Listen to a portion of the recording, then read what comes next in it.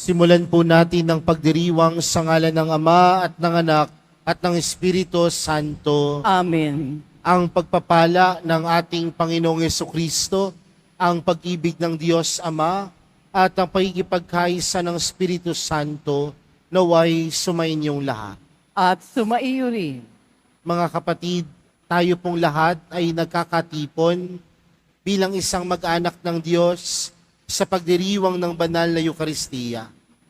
At upang tayo po ay maging karapat-dapat gumanap sa banal na pagdiriwang na ito, alalahanin po natin ang ating mga pagkukulang at nagawang pagkakasala at buong kababaang loob po tayong humiling ng awa at pagpapatawad mula sa Diyos.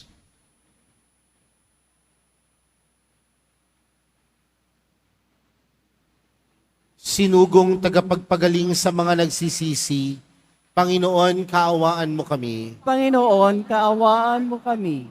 Dumating na tagapaganyayang mga makasalanan ay magsisi, Kristo, kaawaan mo kami. Kristo, kaawaan mo kami.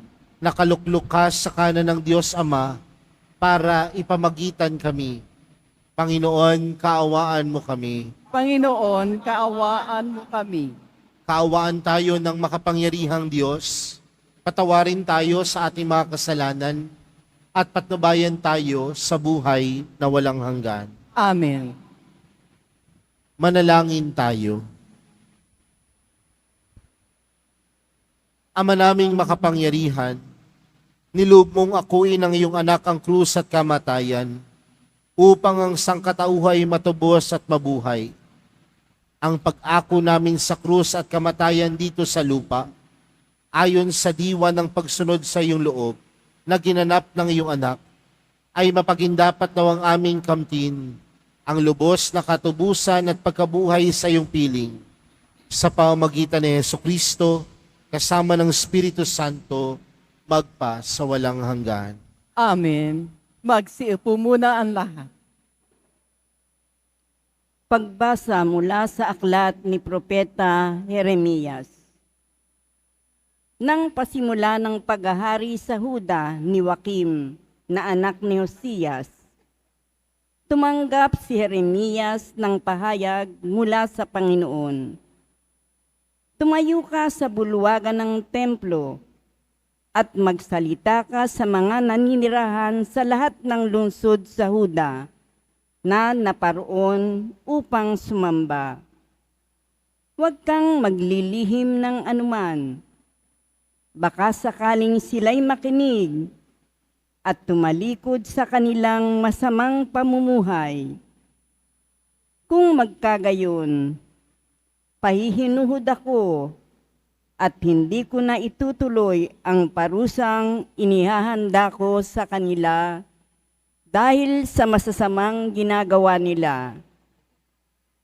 Sasabihin mo sa kanila, sinasabi ng Panginoon, kung hindi kayo makikinig sa akin at kung hindi ninyo susundin ang mga utos ko sa inyo at di ninyo pakikinggan ang sinasabi ng propetang sinugo ko sa inyo, ang templong ito'y itutulad ko sa silo at gagamitin ng mga bansa ang pangalan ng lungsod na ito sa panunungayaw.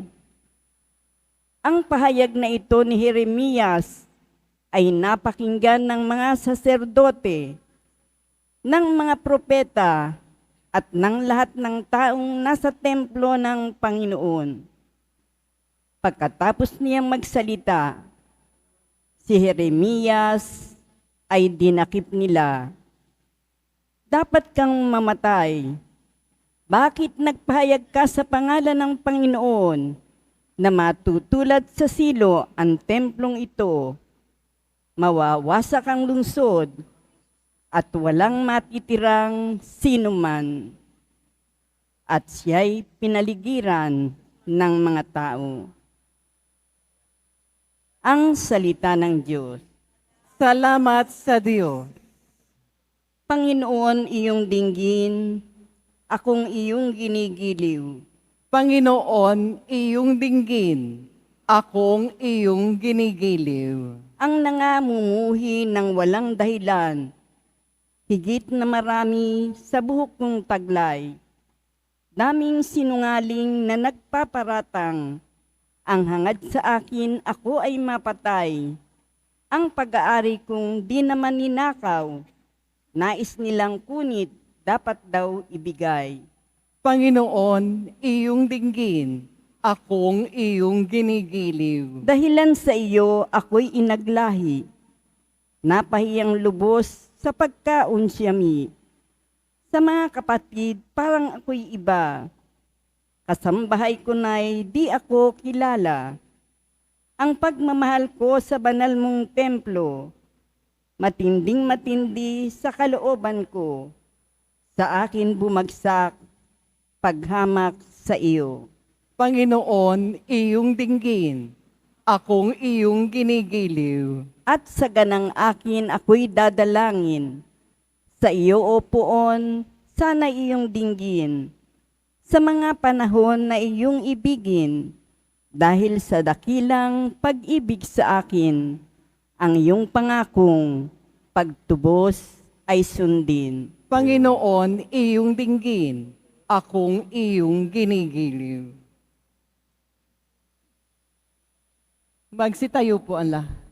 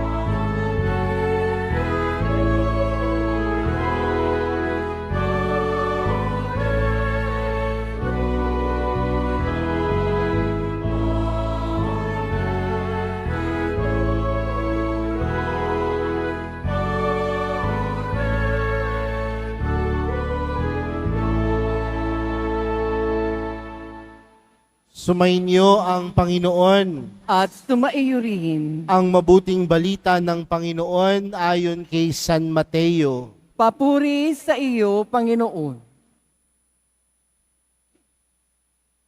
Noong panahong iyon, umuwi si Jesus sa kanyang bayan at nagturo sa kanilang sinagoga.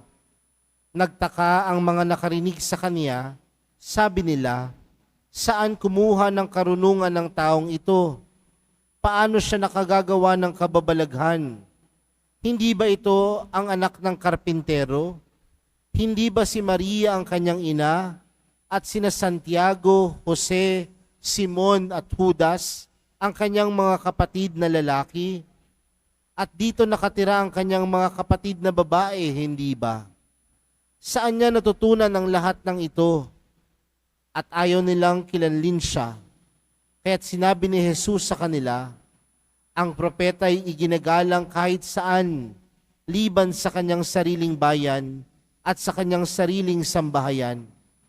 At dahil sa di nila pagsampalataya, hindi siya gumawa roon ng maraming kababalaghan.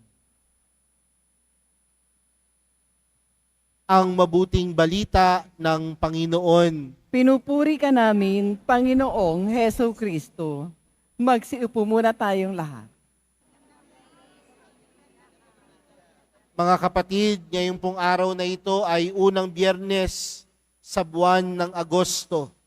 At alam po natin na kapag araw ng Biyernes, araw na inilalaan po natin sa ating mahal na pong Jesus Nazareno. Kaya bigyan po natin ng pagpupugay, papuri at pasasalamat ang ating mahal na pong Jesus Nazareno. Marahil mga kapatid, naniniwala po ako na ang bawat isa sa atin na nasa loob ng simbahan na ito o dumadalo ng misang ito, masasabing kilala niya ang Diyos. Tama po ba? Kilala natin ang Diyos. Mayroon tayong alam patungkol sa Diyos. At marahil, ang kaalaman natin patungkol sa Diyos na siya ay makapangyarihan. Alam natin patungkol sa Diyos na lahat ng bagay ay posible pagdating sa Kanya. Dahil siya ay makapangyarihan. Siya ang naglikha ng sanlibutan. Pero madalas din natin napapansin, mga kapatid, na ang pagkakilala natin sa Diyos, tila napakataas. Kaya nga, nandoon yung paggalang natin eh.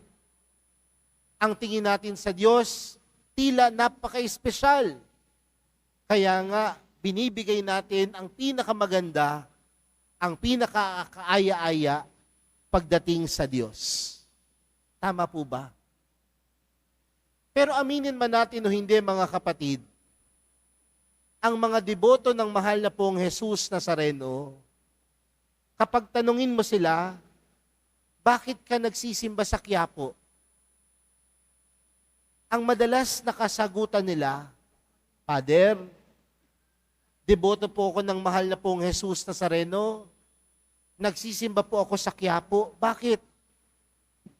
Dahil sa mga oras na kapag tinitingnan ko po ang mahal na pong Jesus Nazareno, pasan-pasan ng krus, naghihirap, tila ipinapaalala sa akin, Father, na alam ng Diyos ang aking pinagdaraanan.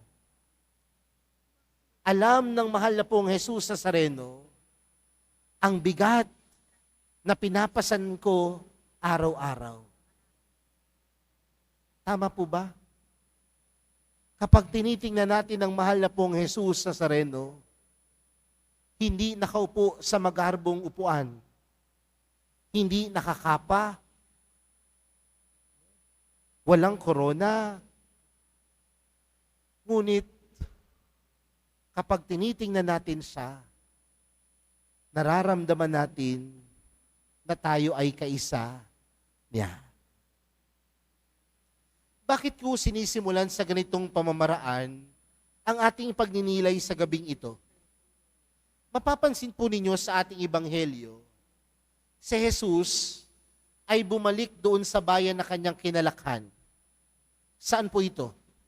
Sa Nazareth. At nung si Jesus ay nagpahayag ng salita ng Diyos, ano ang sabi ng mga tao sa Nazareth? Yung mga kasama niyang lumaki, yung may kilala sa kanya, ano ang sabi nila kay Jesus? Di ba yung taong yan ay anak lang ng karpentero? Di ba yung taong yan, anak lang yan ni Maria? Yan ang kanyang mga kapatid na babae. Yan ang kapatid niyang mga lalaki. Ano ang hindi nila nakita, mga kapatid? Ang pagka-Diyos ni Jesus. Dahil para sa kanila, ang pagiging isang Diyos dapat napakataas. Ang pagiging isang Diyos dapat magarbo ang damit. Ang pagiging isang Diyos dapat may mataas na pinag-aralan. Pero mga kapatid, ang hindi nila nakita, si Jesus bilang isang Diyos, nakasakasama nila. Si Jesus na Diyos, na ordinaryo kasama nila. Madalas, mga kapatid, sa buhay natin, nakikita lang natin ang Diyos sa mga oras na tayo din ay nasa taas. Nararamdaman lang din natin ang Diyos sa mga oras na puno tayo ng tagumpay. Pero tila ipinapaalala sa atin sa araw na ito, mga kapatid, na makita ang Diyos hindi lang sa mga oras na tayo ay nagtatagumpay, maramdaman ng Diyos hindi lang sa mga oras na tayo ay maligaya, kundi makita ang Diyos sa mga pangkaraniwang nagaganap sa ating buhay. Sana po kaninang umaga, nung namulat ang inyong mga mata, hindi mo sinabing, nagising na naman ako. Kundi nakita mo, naramdaman mo, na namulat ang iyong mga mata dahil kasama mo si Jesus. Mamaya po, pag-uwi niyo po ng tahanan, at ang maabutan niyo pong pagkain ngayong hapunan ay isang pirasong tuyo. Marahil ang ilan magrereklamo. Walang espesyal. Pero makita natin nawa sa simpleng ulam na iyon, pinagpala ka dahil kasama mo ang Diyos. Huwag lang natin hanapin si Jesus sa mga oras na tayo ay nagtatagumpay, kundi makita din natin ang mahal na pong Jesus Nazareno sa lahat ng oras ng ating buhay. Sa mga pangkaraniwang pagkakataon, buhay si Jesus. Siya ay nakikiisa. Kaya nga siguro tayong mga deboto ng mahal na pong Jesus Nazareno, napakalapit natin sa Kanya dahil damang-dama natin na tunay siyang nakikiisa sa atin. Kaya mga kapatid, sa pagpapatuloy po ng ating banal na misa para sa araw na ito, hayaan po ninyong itutok ang inyong mga mata sa imahe ng mahal na pong Jesus Nazareno. At hayaan po ninyo ang imahe na ito ang mangusap sa atin upang palalahanan tayo. Hindi tayo nag-iisa. Kasama mo ang mahal na pong Jesus Nazareno. Hindi lang sa mga masasayang pagkakataon, hindi lang sa mga malulungkot na pagkakataon, kundi sa lahat ng pagkakataon ng ating buhay. Amen.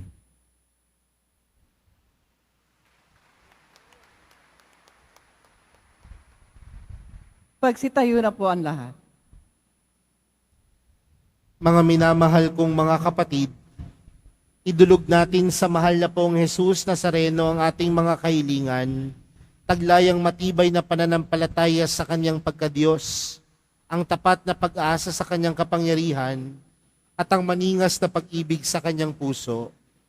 Ang atin pong panalangin, mahal na pong Jesus Nazareno, kaawaan mo kami.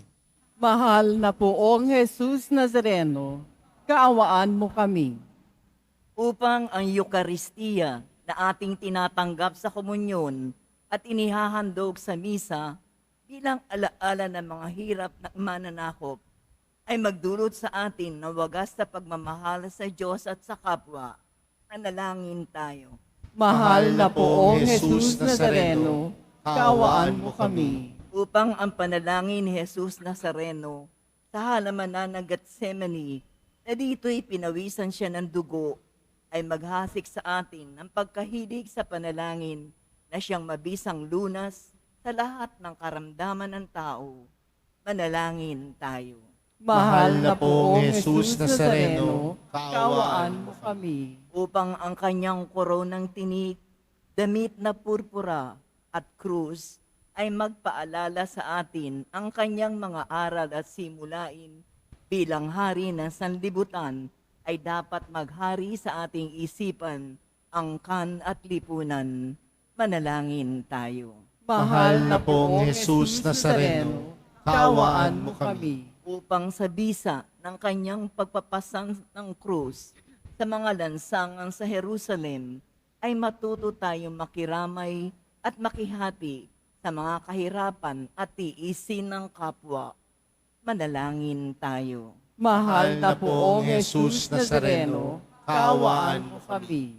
Upang tulungan tayo ng mahal na Birhen, ina ng hapis, na maging tunay na larawan ng kanyang anak sa isip, wika at gawa, nang sa gayon ay makamit ang ating kahilingan sa poong Jesus Nazareno. Manalangin tayo. Mahal na pong Jesus Nazareno, kaawaan mo kami. Ama naming mapagmahal, nahayag sa salita, gawa, buhay at kamatayan ng iyong anak na ang Diyos ay pag-ibig. May pahayag dinawa namin ang katotohanan ito sa pamamagitan ni Jesus Nazareno, Panginoon namin, magpa sa walang hanggan. Amen.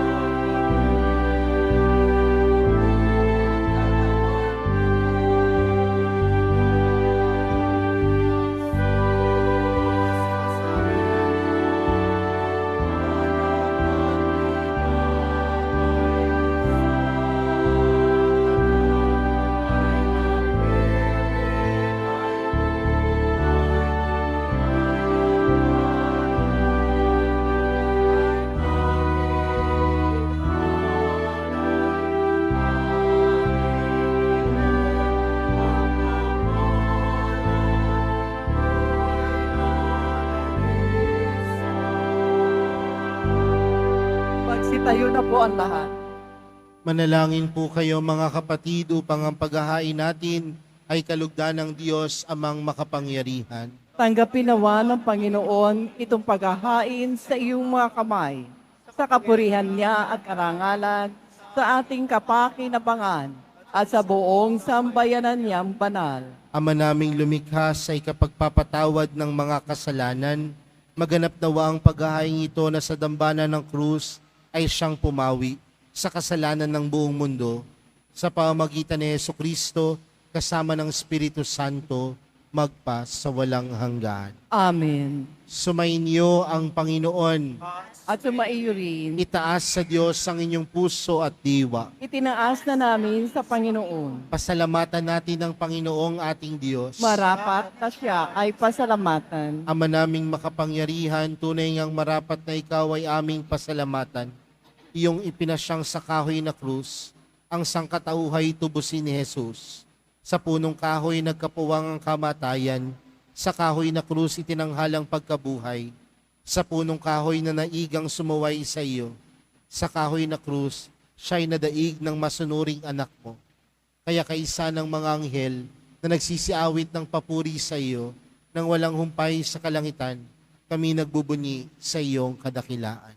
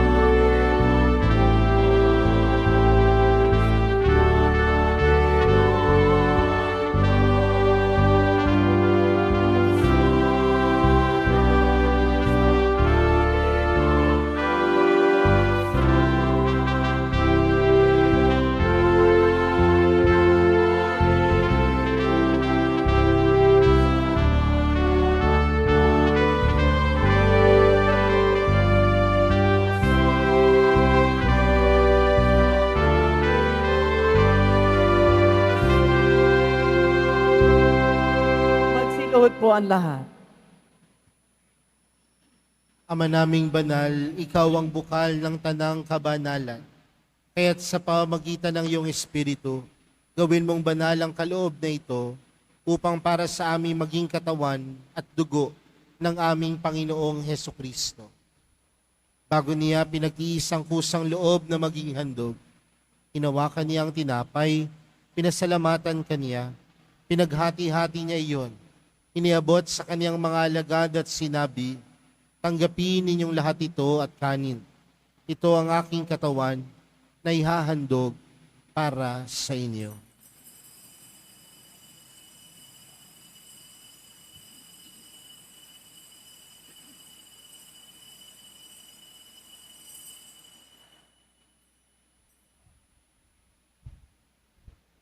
Gayon din naman noong matapos ang hapunan, hinawakan niya ang kalis, muli kaniyang pinasalamatan.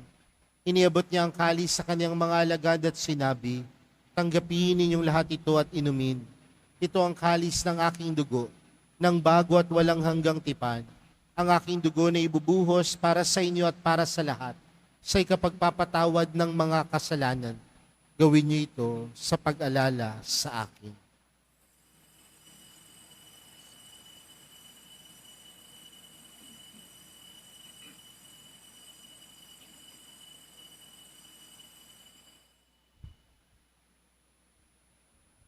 Magsitayo po ang lahat. Ipagbunyi natin ang misteryo ng pananampalataya. Si Kristo'y namatay, si Kristo'y nabuhay, si Kristo'y babalik sa wakas ng panahon. Ama, ginagawa namin ngayon ang pag-alala sa pagkamatay at muling pagkabuhay ng iyong anak. Kaya't inaalay namin sa iyo ang tinapay na nagbibigay buhay at ang kalis na nagkakaloob ng kaligtasan. Kami nagpapasalamat dahil kami iyong minarapat na tumayo sa harap mo para maglingkod sa iyo. Isinasamo namin kaming magsasalo-salo sa katawan at dugo ni Kristo ay mabuklod sa pagkakaisa sa pamamagitan ng Espiritu Santo. Ama, lingapin mo ang iyong simbahang laganap sa buong daigdig. Puspusin mo kami sa pag-ibig. Kay San Francisco na aming Papa at ni Jose na aming Obispo at ng Tanang Kaparian. Alalahanin mo rin ang mga kapatid naming nahimlay nang may pag-asang sila'y muling mabubuhay, gayon din ang lahat ng mga pumanaw. Kaawaan mo sila at patuloyin sa iyong kaliwanagan. Kaawaan mo at pagindapatin kaming lahat na makasalo sa iyong buhay na walang wakas. Kaysa ng mahal na Birheng Maria, na ina ng Diyos. Kaysa ng kabiyak niyang pusong si San Jose. Kaysa ng mga apostol at ng lahat ng mga banal na namuhay dito sa daigdig ng kalugod-lugod sa iyo. May pagdiwang nawa namin ng pagpupuri sa ikararangal mo sa pamagitan ng iyong anak na aming Panginoong Heso Kristo. Sa pamagitan ni Kristo, kasama niya at sa Kanya, ang lahat ng parangal at papuri sa iyo, Diyos amang makapangyarihan, kasama ng Espiritu Santo, magpa sa walang hanggan.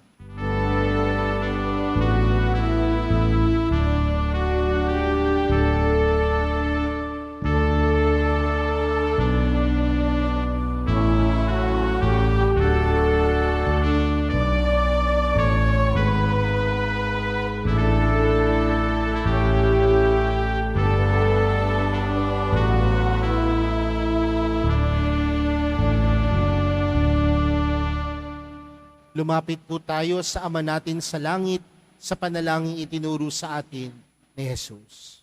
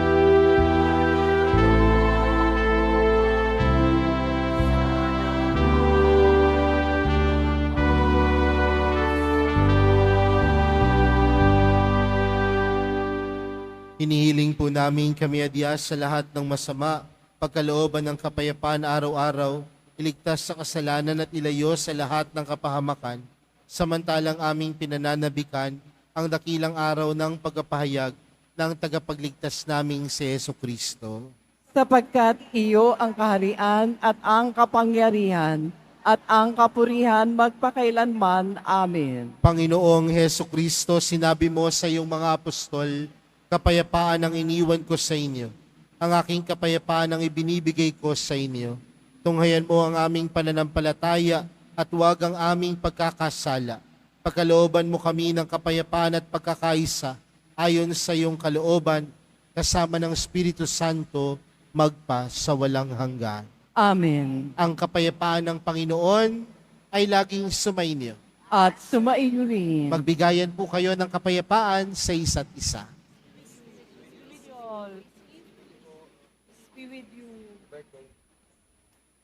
Kordero ng Diyos na nag-aalis ng mga kasalanan ng sanlibutan, maawa ka sa amin.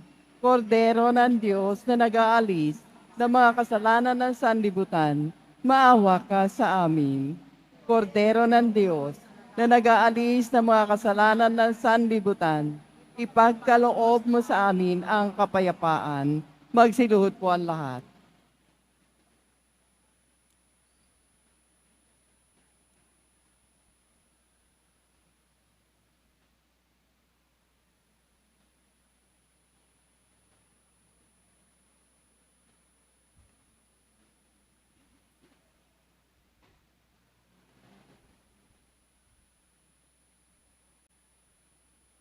Narito si Jesus, ang kordero ng Diyos. Siyang nag-aalis ng kasalanan ng sanlibutan. Mapalad ang mga inaanyayahan sa kanyang piging. Panginoon, hindi ako karapat-dapat na magpatuloy sa iyo, ngunit sa isang salita mo lamang ay gagaling na ako.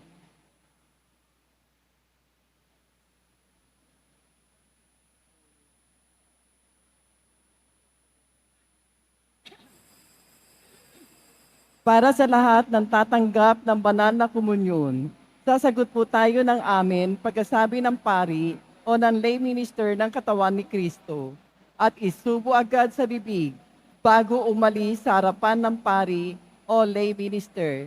Sumunod po tayo.